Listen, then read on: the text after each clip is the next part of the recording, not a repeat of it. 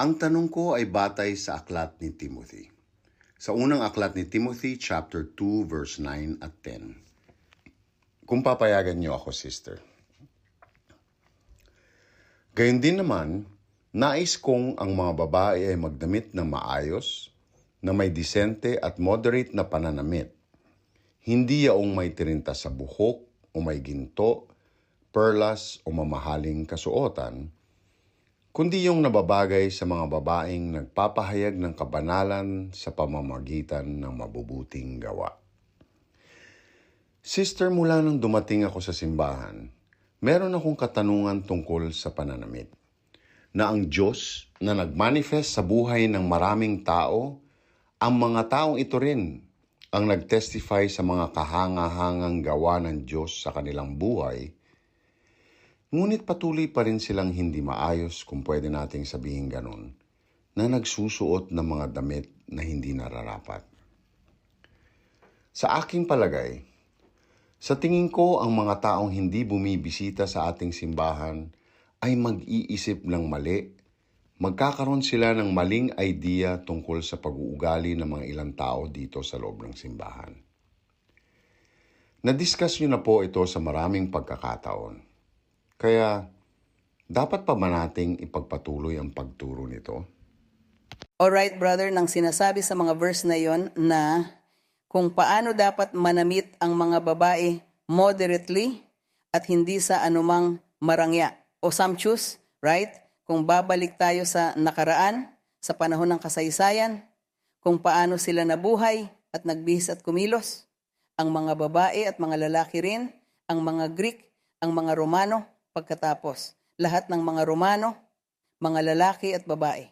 Hindi ko alam kung nakita ninyo sa telebisyon kung paano sila manamit. Noong unang panahon, yung extravagant na paraan, nagbibihis sila ng isang extravagant na paraan at ginagawa ito ng mga mayayaman, ng mga may maraming pera. Extravagant silang manamit upang ipakita na sila ay mayaman at upang ipakita ang kanilang kahalagahan, ang kanilang ranggo, ang kanilang kategorya, at makikita na ginawa nila ang mga hairstyle na umaabot hanggang sa kisame, hairstyle na hanggang sa kisame, at ang mga lalaki rin. Parang babae rin manamit ang mga lalaki na may maraming mga alahas sa mga tenga, mga alahas sa kanilang katawan, na may mga pintura at mga hairstyle at mga wig.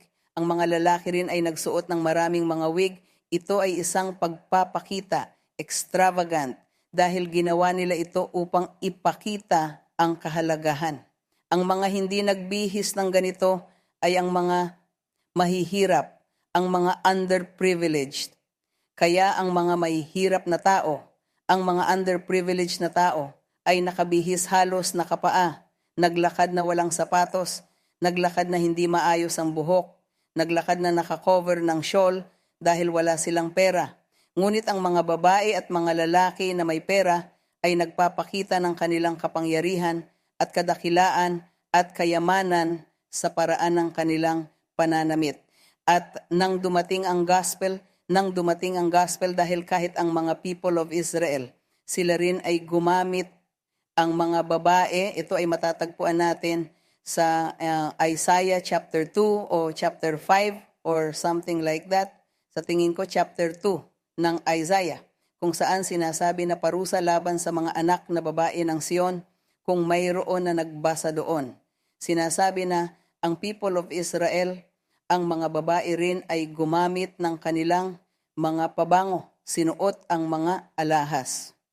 Mayroong mga mayayamang babae at mga mahihirap na babae, mayayamang lalaki, mahihirap na lalaki, at naaayon, sumuot sila ng maraming ginto, maraming mga alahas at ganoon sila manamit.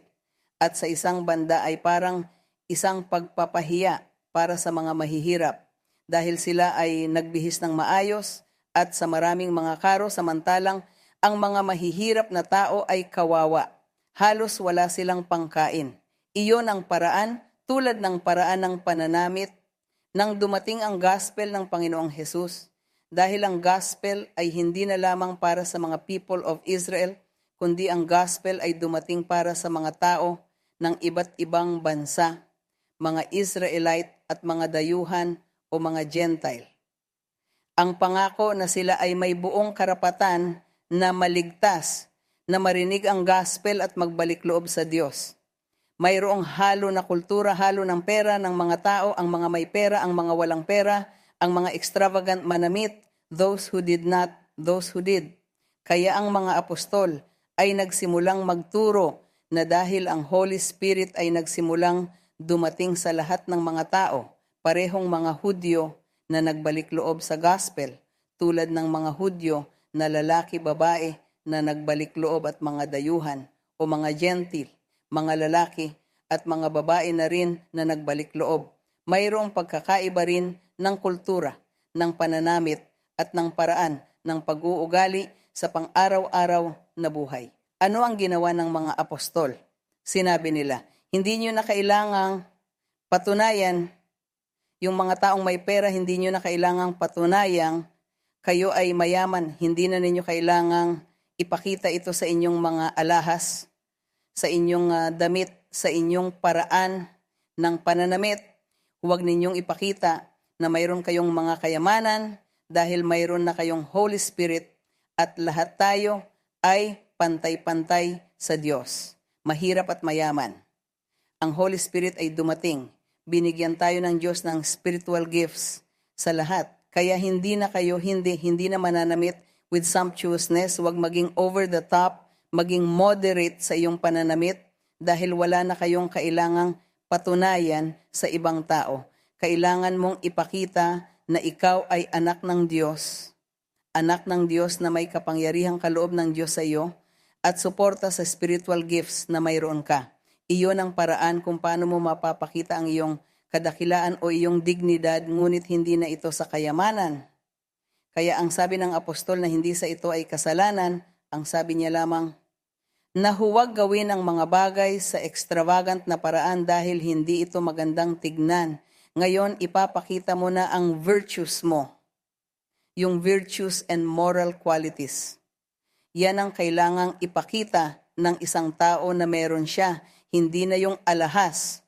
Although, kung may pera ka at gusto mong magsuot ng alahas mo, okay lang. Pero sa simbahan, sa kongregasyon, hindi mo na kailangang patunayan na ikaw ay isang importanteng tao dahil marami kang pera.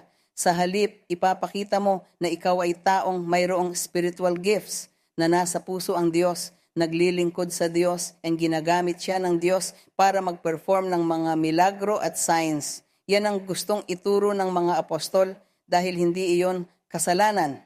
Sa Isaiah, kapag binasa natin, sinasabi doon na bilang parusa ng Diyos sa mga people ng Israel, ipaparanas niya sa kanila ang matinding kahirapan to the point na ang mga babae ay wala ng kakayahang mag-ayos o magdamit ng maayos kasi gagawin ng Panginoon na maging stench ang lahat. Sinabi niya na dahil ipinadala ng Diyos ang giyera sa Israel, sa Jerusalem, sila ay nawasak. Wala silang pagkain, namamatay sila sa gutom at kinakain pa nila ang sarili nilang mga anak. So lahat ng ito nangyari at natupad ang mga iyon sa chapter ng Isaiah kung saan sinabi ng Diyos na yung mga lumalakad na maraming ginto, maraming perlas, maraming pabango at mababangong amoy, darating ang araw na parurusahan sila ng Diyos dahil sila ay naging matitigas, ang ulo hangal at laging nagkakasala sa harap ng Diyos. Pero hindi ang pananamit nila ang kasalanan, kundi ang idolatria at iba pang mga bagay na ginawa nila. Kaya pinarusahan sila ng Diyos. Sinabi niya, aalisin ko ang lahat ng meron kayo. Mawawalan kayo ng pagkain. Mawawalan kayo ng pagkakataon para makapag-ayos o maglagay ng pabango. Wala kayong sapatos o damit. Hindi nyo na ito makukuha dahil may giyerang paparating. Darating sa inyo ang paghihirap at matinding kakulangan bilang parusa. Yan ang ginawa ng Diyos. Kaya sa gospel, ayaw ng mga apostol na ang mayayamang babae ay maliitin ang mahihirap na kababaihan sa loob ng kongregasyon. At sinabi nila, maging moderate kayo sa inyong pananamit dahil ang virtues at qualities ninyo ay hindi ipinapakita sa pamamagitan ng inyong mga alahas, hairstyle o magagarang damit. Ipapakita ninyo ito sa pamamagitan ng kapangyarihan ng Diyos, sa spiritual gifts na ibinibigay sa inyo ng Diyos at kung paano kayo ginagamit ng Diyos sa simbahan. Ganun mo ipapakita ang inyong qualities, virtues at kahalagahan o dignidad. Kaya ngayon nakikita ko na may mga tao talagang extravagant, ay over the top sa paraan ng kanilang. Halimbawa, yung mga taong puno ng tattoo, nakakita na ako ng mga lalaki at babae na may tattoo sa buong katawan. Ito ang tinatawag na over the top. Ito ang tinatawag na sumptuous. Sasabihin ko kung isa sa mga taong ganito na pumunta sa simbahan, nagbalik loob, at binigyan siya ng Diyos ng spiritual gifts, at ginusto niya dati ipatato ang buong katawan niya, ginusto niyang gawin iyon, then tiyak na pag-iipunan niya ito kasi kakailanganin ng pera iyon. Pero ngayon, dumating siya sa simbahan at dumating ang Diyos sa buhay niya. Natanggap niya ang Holy Spirit. Sasabihin ng taong ito, no, bakit ko gagastusin ang pera ko dito? Bakit ko pa uumpisahan ang pagpapatato? Ito ang mga bagay na hindi worth it. Ang Holy Spirit mismo ang nagtuturo at nagpaparamdam sa kanya na hindi ito worth it, na ito ay over the top, isang paraan na hindi tama o matino. Kaya hindi na niya ito gagawin dahil ang Holy Spirit ang nagtuturo at nagpaparamdam sa kanya na huwag gawin ang mga bagay na ito. Na huwag maging sobrang extravagant o over the top. Nakikita rin natin sa ibang lugar ang ilang lalaki na nagsusuot ng alahas sa paraang dinedeform nila ang tenga nila. Binubutas nila ng malaki ang tenga nila, tinatanggal ang laman at naglalagay ng metal. Ito ang tinatawag na sumptuousness. Ito ang tinatawag na pagiging over the top sa pagbabago ng katawan o pananamit. Ito ay sumptuousness. Kaya sasabihin natin, no, huwag maging over the top.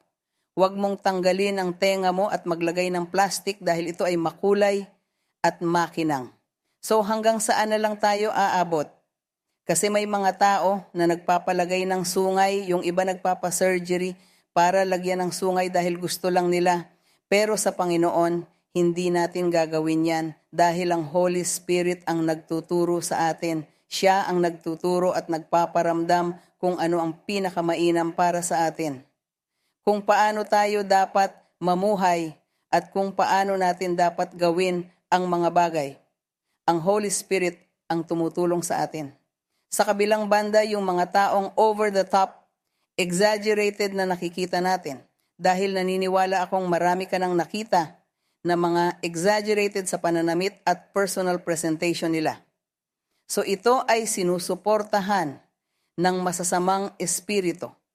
Maraming masasamang espiritu ang nagtutulak sa isang tao na gawin ang mga bagay na ito at hindi niya namamalayan na may masamang espiritu, demonyong sumusuporta sa kanya, nagtutulak sa kanyang gumawa ng mga masasamang at hindi kaaya-ayang mga bagay. Yan ay sa usapin ng pananamit, personal presentation ng isang tao. Ano pa ang masasabi natin sa lahat ng ibang ginagawa ng masasamang espiritu para mag-insight sa tao? Pinupukaw nila ang isip ng tao para halimbawa pag-isipan ang pagpapakamatay, ang pumatay, manaksak, mamaril o gumawa ng iba't ibang karahasan. Lahat ng ito ay minamanipula ng mga mapanlinlang na espiritu. Kaya kapag pumunta tayo sa simbahan, may mga nagbabago dahil binabago sila ng Diyos. Ang Holy Spirit ang nag-aalis ng pagnanasa para sa mga extravagant na mga bagay. Pero may mga ibang baguhan na nananatili sa ganong pamumuhay at patuloy na ginagawa ang mga bagay dahil akala nila ito ay tama hanggang dumating ang araw na baguhin sila ng Diyos. Sa simbahan makakakita tayo ng iba't ibang klase ng tao. Makikita natin na may mga moderate at may iba namang medyo over the top, sinasabi kong medyo over the top sa kanilang pananamit. Pero kailangan nating hintayin na ang Diyos mismo ang magbago ng puso ng tao dahil hindi natin sasabihin sa kanila na, o ganito dapat ang suotin mo, ganito ang gawin mo. Hindi ganoon. Ano bang mapapala ko kung aayusin ko ang itsura ng isang tao kung itatama ko ang pananamit at personal presentation niya, pero ang puso niya ay hindi pa rin nakatuon sa Diyos. Hindi pa siya naniniwala sa Diyos, hindi pa nagtitiwala sa Diyos, at wala pang relasyon sa Kanya, kaya anong silbi nito sa akin? Ano ang silbi ng panlabas na anyo? Ang mahalaga ay ang nasa loob. Kapag nagkaroon ng pagbabago sa puso, kusang makikita ito sa panlabas na anyo. Ang paraan ng pananamit at ugali ay konsensya mismo. Ang Holy Spirit mismo ang nagtuturo sa atin. Minsan, hindi na natin kailangang ituro ang mga bagay na ito, pero itinuturo sa Biblia ang pagiging disente. Dapat maging disente ang babae. Sa tingin ko, lahat naman tayo ay naiintindihan kung ano ang ibig sabihin ng pagiging disente, di ba? Kasi hindi naman tayo pupunta sa simbahan na nakabikini dahil mainit ang panahon. Pupunta ako sa simbahan na nakabikini. Well, hindi naman decent yon. Kaya naiintindihan na natin, sabi sa Biblia, na dapat maging disente ang mga babae sa pananamit. Then, naiintindihan na natin yan. Hindi na kailangang ipagbawal pa o sabihan pa tayo tungkol dito, pero alam ko na at kailangan kong i-please si God. Kasi kung naniniwala ako sa Diyos at gusto kong sundan ang Kanyang landas, dapat lang na sumunod ako sa Kanyang salita at sa itinuturo ng Biblia. Pero dapat din nating malaman at maintindihan dahil minsan may mga tao na nagiging fanatical at over the top sa pagbabawal sa mga bagay. 'Di ba? May mga taong over the top at pinagbabawal ang mga bagay, kaya over the top sa pagbabawal. At paano ba ito nakakatulong? May mga taong nagbabawal, bawal kang gumamit ng pabango kasi kasalanan yan. Bawal kang maglagay ng lotion sa katawan kasi kasalanan yan. Bawal kang maglagay ng cream sa mukha kasi kasalanan yan.